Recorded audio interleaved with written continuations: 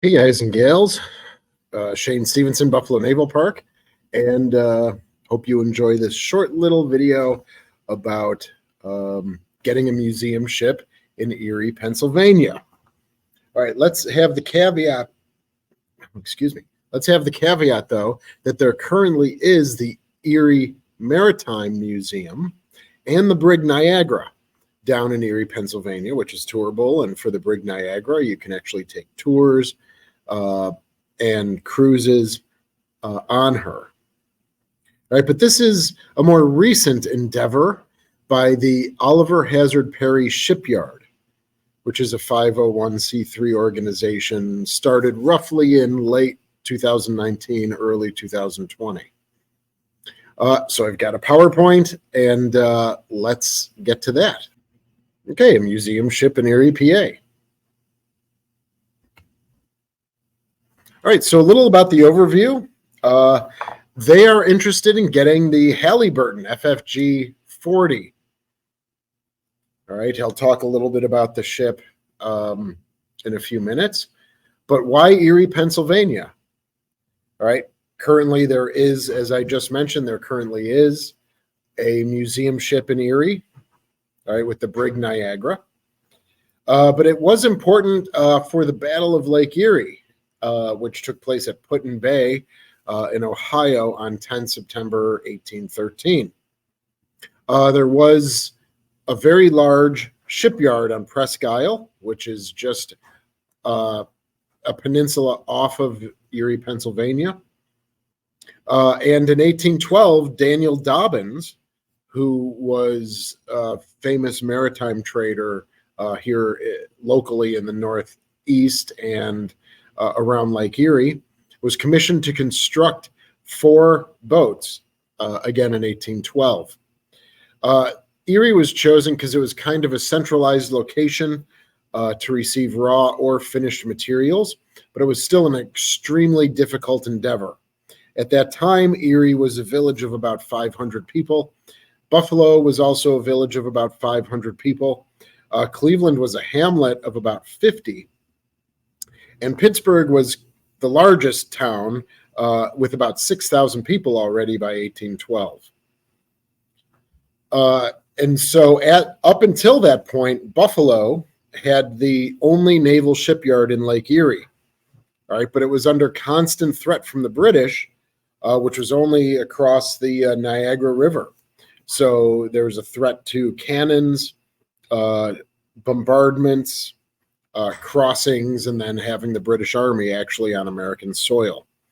So a second shipyard was needed that would protect from the elements of Lake Erie at that time, and also be far enough away from the threat of British soldiers and sailors. So what had happened was they pulled together, here we go. Eventually, all the ships were constructed, including the Brigs Niagara and Lawrence, with the help of labor and materials from Pittsburgh, New York, and Buffalo. Now, Buffalo's place in this was there weren't many iron-making forges along the Lake Erie at that time, but Buffalo did have 1 or 2, and they made a lot of the iron nails that would be driven into the wood. So they constructed 4 ships in Erie, and here in Buffalo, 5 ships were converted and refit from maritime duty to military duty, and 3 of those 5 were the 5 were sent to Erie, and 3 of them actually participated in the Battle of Lake Erie on 10 September 1813. The battle was really important for the Americans because it expunged the British from the Great Lakes for the rest of the war. So Erie, Pennsylvania became like the hub of shipbuilding outside of Buffalo, again, which was under constant threat, as a safer place to construct, to refit, and to commission ships into the new U.S. Navy.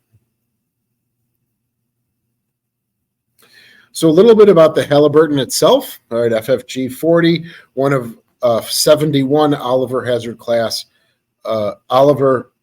Perry class frigates. She was named in honor of Marine Corps Corpsman William Halyburton, who was posthumously awarded the Medal of Honor for action on Guadalcanal, trying to save Marines. The ship was commissioned in 1984, and then after 30 years of service, she was decommissioned in 2014. So the Oliver Hazard Perry Shipyard is the name of the 501c3 organization. Unlike for most of our museum ships, you just sign over a letter of interest and acceptance. There's now a 3-phase process to get a museum ship. Phase 1 was the initial strategic and operational and business plan. The Navy did review this and approved a request to get a ship in Erie, Pennsylvania. So phase 1 is complete. Phase 2 is the environmental, engineering, tourism, and economic impact studies. So they are nearing completion for this second phase. All right, if you do some research, you'll see a lot of news articles from Erie, Pennsylvania, or news programs where they have stories in the evening news or the morning news. So they are nearing completion of that, and that, I think, from what I've read, turned out to be about 1,000 pages of studies and reports and reviews. So they're nearing that second phase. They will submit it. That might take a year for the Navy to review, and if that's approved, then the Navy will sign the ship over to the organization. I don't know if the city is involved, though. All right, like for us, the city of Buffalo is the actual owner of our three vessels. All right, and then the city of Buffalo established an organization called the Buffalo Naval Park Committee Incorporated. And then this organization is what manages it for the city. Right. So I don't know if that's going to be the same governmental setup in Erie, or is it just going to go straight to this organization? But then they'll ready the ship and it will be open to the public.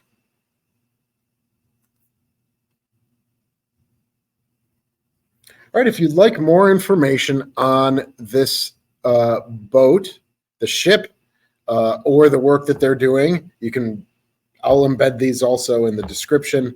There is perryshipyard.org, which is their homepage for the 501c3 organization. They do have an active Facebook page. I think I just looked and their last post was 2 or 3 days ago. At their website, perryshipyard.org, they do, of course, have a donation page. If you'd like to donate some money, you will get a challenge coin, or at least if they're still available. Let's say that.